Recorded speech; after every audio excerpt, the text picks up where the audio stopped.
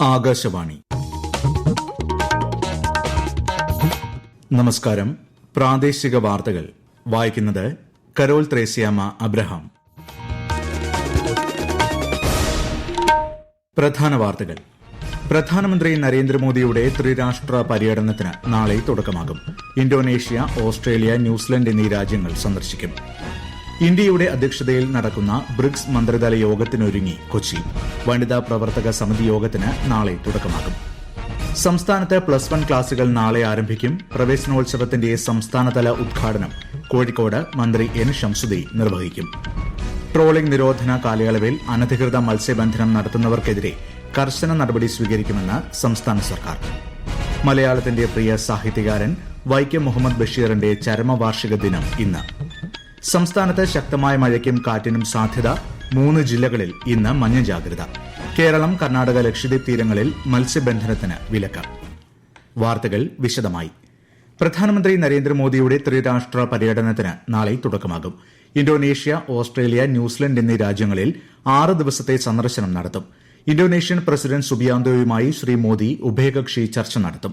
ജക്കാർത്തയിൽ Indian സമൂഹത്തെയും അദ്ദേഹം അഭിസംബോധന ചെയ്യും. വിദേശ പര്യടനത്തിന്റെ 2ാം പാദത്തിൽ ഈ മാസം 8 മുതൽ 10 വരെ പ്രധാനമന്ത്രി ഓസ്ട്രേലിയ സന്ദർശിക്കും. തുടർന്ന് ന്യൂസിലൻഡിലും ഔദ്യോഗിക സന്ദർശനം നടത്തും. വിദേശകാര്യമന്ത്രി എസ് ജയശങ്കറിന്റെ ഖത്തർ, ബഹ്റൈൻ, കുവൈറ്റ്, ഒമാൻ സന്ദർശനത്തിന് ഇന്ന് തുടക്കമാകും. ഈ രാജ്യങ്ങളുമായുള്ള ഇന്ത്യയുടെ ഉഭയകക്ഷി ബന്ധം മെച്ചപ്പെടുത്തുന്നതോടൊപ്പം പ്രാദേശിക വികസനങ്ങളെയും പരസ്പര താൽപര്യമുള്ള വിഷയങ്ങളെയും കുറിച്ചുള്ള കാഴ്ചപ്പാടുകൾ കൈമാറാനുള്ള അവസരവും ഈ സന്ദർശനം നൽകുമെന്ന് വിദേശകാര്യ മന്ത്രാലയം അറിയിച്ചു. ഇന്ത്യയുടെ അധ്യക്ഷതയിൽ നടക്കുന്ന ബ്രിക്സ് വനിതാ മന്ത്രിതല യോഗത്തിനൊരുങ്ങി കൊച്ചി. നാളെയും മറ്റന്നാളുമായി നടക്കുന്ന ബ്രിക്സ് വനിതാ പ്രവർത്തക സമിതി യോഗത്തിനും തുടർന്നുള്ള 2 ദിവസങ്ങളിലെ വനിതാ മന്ത്രിതല യോഗത്തിനുമുള്ള തയ്യാറെടുപ്പുകൾ അന്തിമഘട്ടത്തിലാണ്. കേന്ദ്ര വനിതാ ശിശു വികസന മന്ത്രാലയത്തിന്റെ ആഭിമുഖ്യത്തിലാണ് പരിപാടി സംഘടിപ്പിക്കുന്നത്.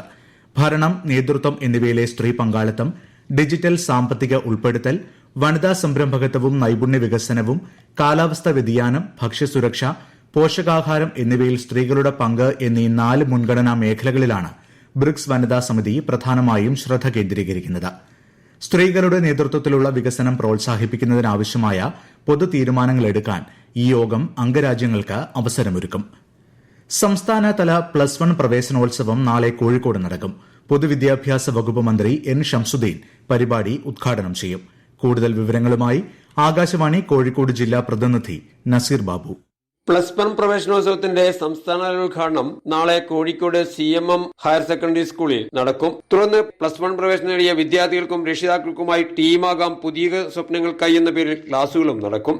വൈകിട്ട് സ്കൂൾ സുവർണ ജൂബിലി ആഘോഷങ്ങൾക്കും തുടക്കമാകും. സാംസ്കാരിക സമ്മേളനവും സംഗീത വിരുന്നും സംഘടിപ്പിച്ചിട്ടുണ്ട്. MK രാഘവൻ MP ചടങ്ങിൽ മുഖ്യാതിഥിയാവും. വയോജനക്ഷേമ പദ്ധതികൾ കൂടുതൽ ഫലപ്രദമാക്കാൻ കേരള സംസ്ഥാന വയോജന കമ്മീഷന്റെ ആഭിമുഖ്യത്തിൽ തദ്ദേശ ഭരണ മേധാവികളുടെ യോഗം നാളെ തിരുവനന്തപുരത്ത് നടക്കും.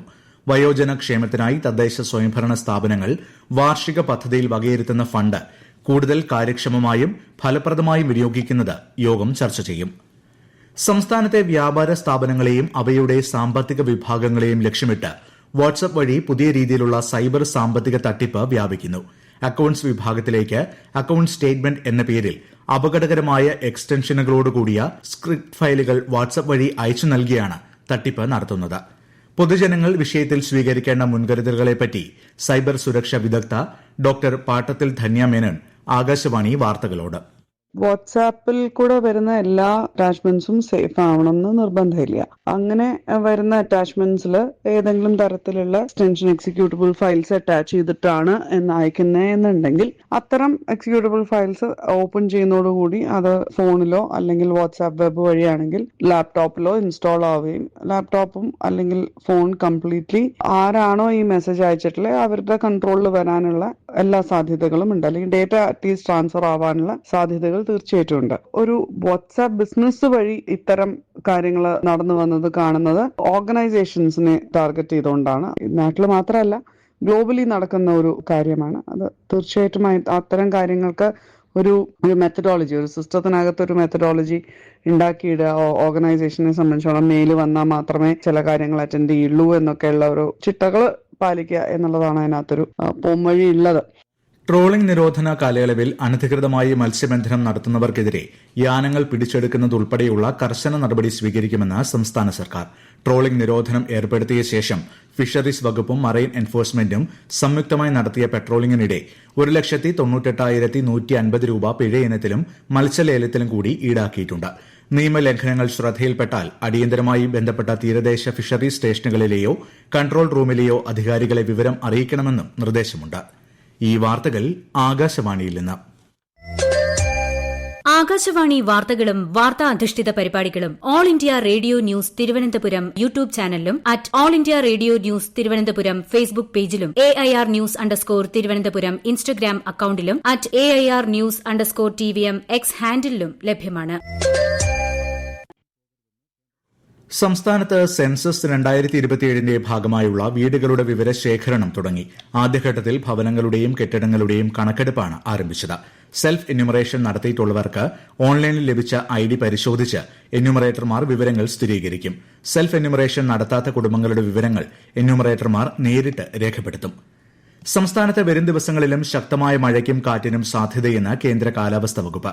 കോഴിക്കോട്, കണ്ണൂർ, കാസർഗോഡ് ജില്ലകളിൽ ഇന്ന് മഞ്ഞ ജാഗ്രതയാണ്. കേരളം, ലക്ഷദ്വീപ് തീരങ്ങളിൽ മറ്റന്നാൾ വരെയും കർണാടക തീരത്ത് ഇന്നും മത്സ്യബന്ധനത്തിന് പോകാൻ പാടില്ല. അതേസമയം കോഴിക്കോട്, കണ്ണൂർ, കാസർഗോഡ് ജില്ലകളിലെ തീരങ്ങളിൽ ഉയർന്ന തിരമാലയ്ക്കും കടലാക്രമണത്തിനും സാധ്യതയുണ്ടെന്ന് ദേശീയ സമുദ്രസ്ഥിതി പഠന ഗവേഷണ കേന്ദ്രം അറിയിച്ചു. സന്യാസിയായി, ഭിക്ഷക്കാരനായി, മായാജാലക്കാരനായി തെരുവുകളിലൂടെ അലഞ്ഞു നടന്ന ഒരു സാഹിത്യകാരൻ മലയാളിക്ക് ഉണ്ടായിരുന്നു.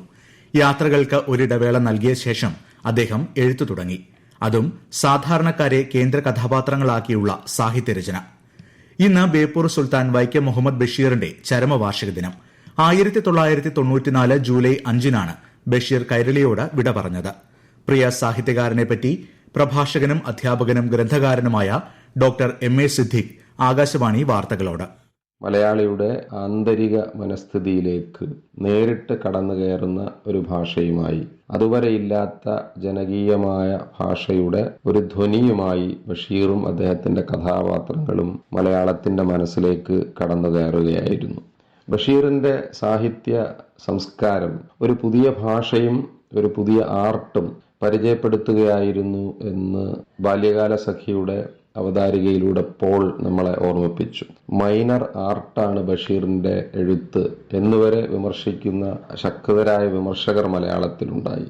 എന്നിട്ട് പോലും വായനക്കാർ അദ്ദേഹത്തെ നിരന്തരമായി സ്വീകരിക്കുകയും അദ്ദേഹം മരണപ്പെട്ട് ഇത്രകാലം കഴിഞ്ഞിട്ടും മലയാളത്തിലെ ഏറ്റവും സമകാലികനായ എഴുത്തുകാരനായി ബഷീർ നിലനിൽക്കുകയും ചെയ്യുന്നു. വല്ലപ്പുഴ ആയുർവേദ ചികിത്സാലയത്തിൽ കഠിനമായ ഭ്രാന്തിന്റെ ചികിത്സയിൽ കഴിയുന്ന കാലത്താണ് ബഷീർ പാത്തുമ്മായുടെ ആട് എന്ന കൃതി എഴുതുന്നത്. സജീവമായ കഥാപാത്ര സംസ്കാരം കൊണ്ട് നമ്മളെ അത്ഭുതപ്പെടുത്തുന്ന ഒരു കൃതിയാണ് പാത്തുമ്മായുടെ ആട്.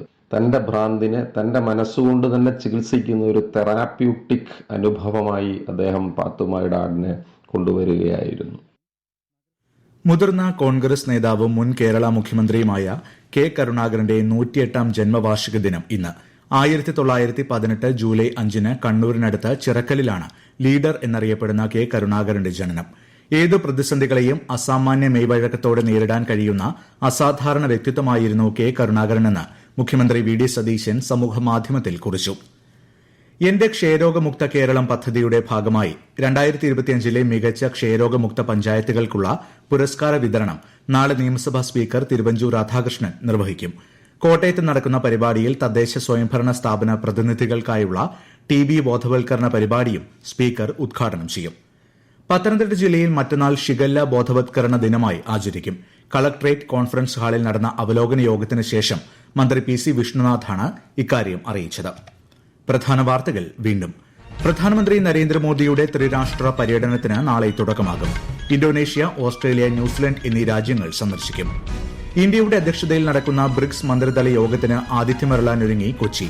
വനിതാ പ്രവർത്തക സമിതി യോഗത്തിന് നാളെ തുടക്കമാകും. സംസ്ഥാനത്ത് +1 ക്ലാസുകൾ നാളെ ആരംഭിക്കും. പ്രവേശനോത്സവത്തിന്റെ സംസ്ഥാനതല ഉദ്ഘാടനം കോഴിക്കോട് മന്ത്രി N ഷംസുദ്ദീൻ നിർവഹിക്കും. ട്രോളിംഗ് നിരോധന കാലയളവിൽ അനധികൃത മത്സ്യബന്ധനം നടത്തുന്നവർക്കെതിരെ കർശന നടപടി സ്വീകരിക്കുമെന്ന് സംസ്ഥാന സർക്കാർ. മലയാളത്തിന്റെ പ്രിയ സാഹിത്യകാരൻ വൈക്കം മുഹമ്മദ് ബഷീറിന്റെ ചരമവാർഷിക ദിനം ഇന്ന്. സംസ്ഥാനത്ത് ശക്തമായ മഴയ്ക്കും കാറ്റിനും സാധ്യത 3 ജില്ലകളിൽ ഇന്ന് മഞ്ഞ ജാഗ്രത. കേരളം, കർണാടക, ലക്ഷദ്വീപ് തീരങ്ങളിൽ മത്സ്യബന്ധനത്തിന് വിലക്ക്. പ്രാദേശിക വാർത്തകൾ കഴിഞ്ഞു.